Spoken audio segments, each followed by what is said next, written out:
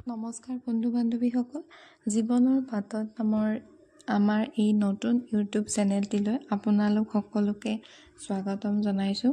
আমাৰ এই চেনেলটি একেবাৰেই নতুন আৰু এই চেনেলটিত মই মোৰ জীৱনৰ কিছু সঁচা অনুভৱ আপোনালোকৰ লগত শ্বেয়াৰ কৰিম বুলি মই ভাবিছোঁ।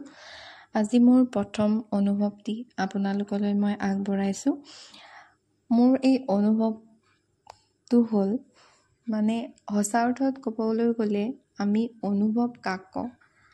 আমাৰ শৰীৰৰ পৰা ৰিলিজ হোৱা কিছুমান হৰমনৰ প্ৰতিক্ৰিয়া, যেনে dopamine, serotonin, endorphin and oxytocin নামৰ হৰমনটো আমাৰ বিভিন্ন পৰিৱেশ পৰিস্থিতি সাপেক্ষে আমি খং উঠিলে বেলেগ এটা হৰমন ৰিলিজ হয় আৰু দুখ লাগিলে বেলেগ এটা হৰমন ৰিলিজ হয়।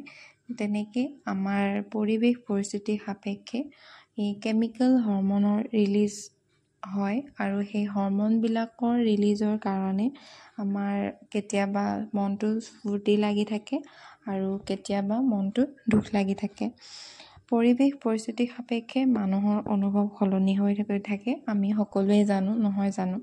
ভাল সময়ত অৰ্থাৎ মনে বিচৰা মতে সকলোবোৰ চলি গৈ থাকিলে আমাৰ অনুভৱ ভাল লাগে অথবা মনটোত স্ফূৰ্তি লাগি থাকে আৰু মনে বিচৰা ধৰণৰ কথাবোৰ নহ'লে আমাৰ মনটোত দুখ লাগিবলৈ ধৰে।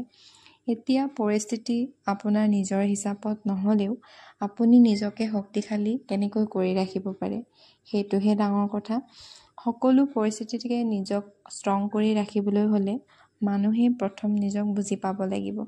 যিকোনো পৰিস্থিতি আহিলে আপোনাৰ মনটোত কেনেকুৱা ধৰণৰ প্ৰতিক্ৰিয়া হ'ব পাৰে সেইটো জনাৰ পাছত আপুনি পৰিস্থিতি সাপেক্ষে কোনটো কাম কৰিলে আপোনাৰ মন ভাল লাগিব পাৰে সেই কামটোত গুৰুত্ব দিয়াটো জৰুৰী।